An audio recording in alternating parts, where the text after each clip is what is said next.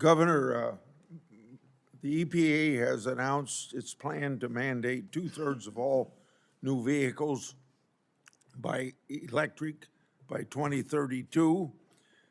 Polls show that most Americans don't want to move in this direction, particularly because of the expense of the electric vehicle. Also, the Chinese Communist Party has a monopoly on critical mineral mining and refining required by most EV batteries, and is forcing the Uyghurs into slavery to bolster their supply chain. What should we be doing as lawmakers to better compete with China and to promote domestic energy security? The last thing in the world we ought to do is become dependent on China for the rare earth minerals and the batteries.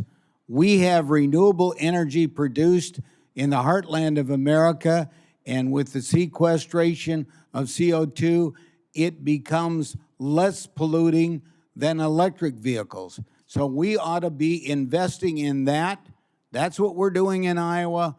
I think in fact, we're partnering with several other states in the Midwest to do that sequestration.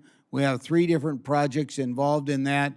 They will be completed by the year 2025, and that will give us an advantage. We don't need to be stupid like California, and they don't even have the ability to generate the electricity if you go to all electric vehicles. And frankly, there's a lot of problems with that, the disposal of the batteries.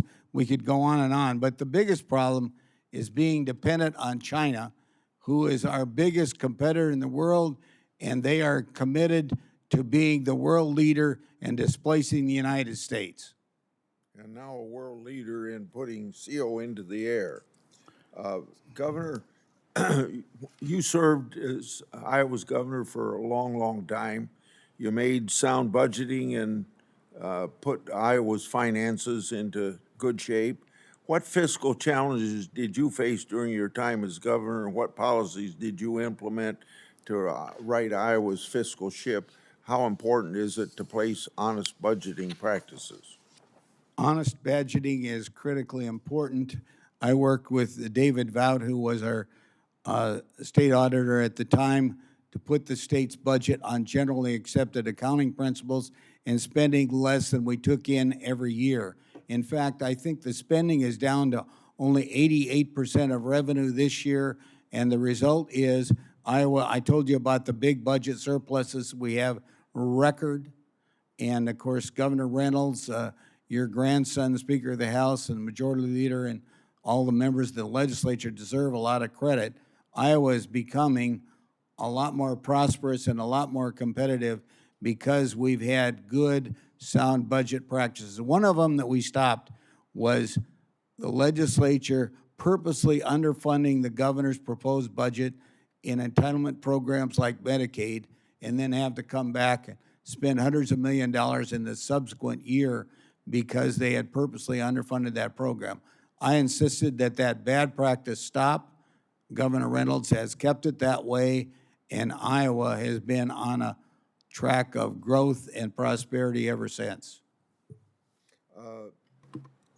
Members of the Congress consistently peddle the alarmist idea that climate change will cause economic shock to the world's market, making arguments that regressive tax hikes and costly federal regulation are the only answer to fight climate change. Is that your experience? Exactly the opposite. What we have found is investing in renewables and encouraging farmers to have the opportunity to do innovative things such as no-till and cover crops and things like that have made a real difference. And now, of course, we're working on sequestration of carbon so that we'll be more competitive and emitting less than electric vehicles and not have all the problems of being dependent on China for the rare earth minerals and for the batteries and then the disposal of the batteries. They haven't thought this whole thing through. We have a solution, and we're well along in implementing it, and many other states in the Midwest are working with us on it.